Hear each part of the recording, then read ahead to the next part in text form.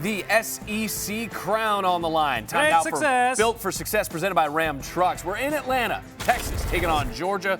Longhorns looking to avenge their only blemish on this season. It was a Week 8 loss to the Bulldogs. Texas also looking to win the conference in its first year in the SEC. Dogs on top. They're coming off of an 8-overtime thriller against Georgia Tech, looking for their 15th SEC championship. Gary, if you're Texas, are you looking at this as revenge or an opportunity to make history in your first year in the SEC? Both. Oh, I mean, ¿por qué no los dos? Why not both? Yeah. You know darn well Georgia was watching that game last week in Aggie land, Texas A&M, hoping the Aggies and the fighting Mike Elkos were going to pull that one off. Because Texas ain't losing to Georgia twice. They lost to them in Austin. And now, I mean, listen, both these teams are likely going to go into the CFP. Well, Georgia, maybe not if they lose. But I just don't see a way that Texas loses to Georgia twice in a season. Where's my camera? Where's my camera? I just want to square up on one real quick. This one right here, down barrel. Where are you going? 2. Yeah. Lock in 2. Lock in 2. Go ahead, lock in 2. How good is Texas? Very good. How do we know? Because Is Texas potentially fraudulent? Hear me out. They beat Michigan early in the season. Michigan's cheeks. We know that. Wow. They beat Texas A&M. Texas A&M maybe not that good. They're on their second-string quarterback. They beat them at Kyle Field. That's probably their most impressive win. Otherwise, lost to Georgia at home. By the way, through bottles. You might remember that. Nobody got in trouble. Got that news this week. To be clear, I don't remember that. I was out of the country at the time. I'm still on 2. Okay. No, come back, right here. No, come back. Just right in front. How good is Texas? Hold on. Struggled against Vanderbilt. Oh. Yeah, kind of struggled against Kentucky. Oh, they beat them. Your hands They are beat up warm. on Florida, but we know Florida's not that good. Uh-huh. How good is Texas? We don't know, man. Colorado State, nubs. And they beat the heck out of them. That was week 1. They dropped 50 on them week 1. We don't know how good Texas is. We do know how good Texas is. They're going to lose again to Georgia. It's a home game for the Dogs. It's about 40 minutes away from the Georgia campus in Athens, Georgia. You don't think UT travels? I don't think it's even going to be as close as it was back in week 8 when it was 30-15 at their building on the 40 acres. Wow. I think Georgia covers. I don't even know what the number is. Chances are it's pretty snug. Whoa. But I think Georgia covers, my boy. Okay, that's interesting. Wayne Ewers is kind of nicked up as well. Okay. Which begs the question. Let me ask you, can I tee you up with a question? You've been doing a lot of talking, dude. Yeah, just filling everybody's word count up. Yeah. Listen, you have more faith in Carson Beck than Quinn Ewers? Yes, I do. Quinn Ewers isn't healthy. Quinn Ewers is not healthy. Okay. Healthy Quinn Ewers is a different conversation. So then, follow-up question. Carson Beck's been playing good football lately. You have more faith in Carson Beck than both of the quarterbacks that UT can potentially roll out? Yes, I do. Wow. Yes. This is a departure. I was not anticipating this. I'm going to be honest with you. What is the last conference title Steve Sarkisian won? I don't know. I'll wait. Dude. Kirby Smart wins a lot of them. He does win. He just punctuate that. He does win a lot of them, but he also goes through seasons without having to suffer 2 losses and a potential third.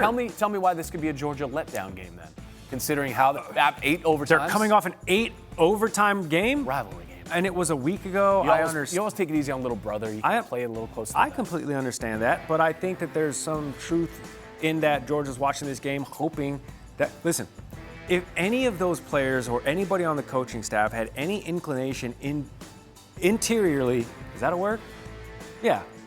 Inside, that interiorly? Is that what you said? I don't think that's that's not a good argument for me. Internally, that's the word I was looking for. Yeah, we got there. If any of them had any sort of emotion that was like, ooh, I don't want to play Texas again, or I would rather play Texas A&M, they've already lost the mental game. And I guarantee you some of those players are like, we would rather play Texas A&M.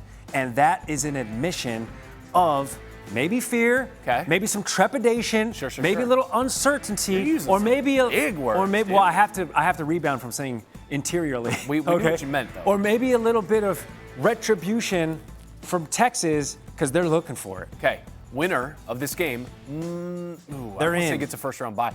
Maybe gets a first-round bye. Well, yeah. Maybe. Well, I mean, Texas highest ranked Georgia Power already 4. has a couple losses. That's correct. So who needs it more? Let's say the winner of this gets a first-round bye. Understanding it's not a lock. Who needs that bye more? Well, I think what's a more hostile place, DKR or Sanford Stadium? I think that's a coin flip. Bye. No, first-round bye. No, that's what I'm saying. And then they host the next game is what I'm saying. Okay. So what team travels better? Texas has better defense. Defense is travel. Okay. I think it's a coin flip.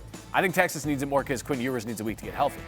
We've been saying that since October. I know. So maybe a week won't give it to him. Is that exactly? What you're saying? What we see from Quinn Ewers is what we're going to get from Quinn Ewers. It's an ankle.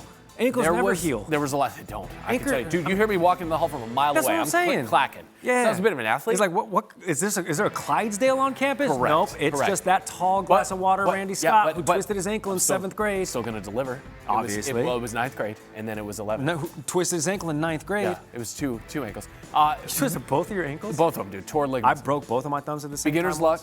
What? I was sliding into third. I was a dirt devil, so I was sliding into third. I caught both edges. They Small both snapped bases. back. You were playing with small bases. And I finished pitching that game. Did you finish that way? We won. Yeah?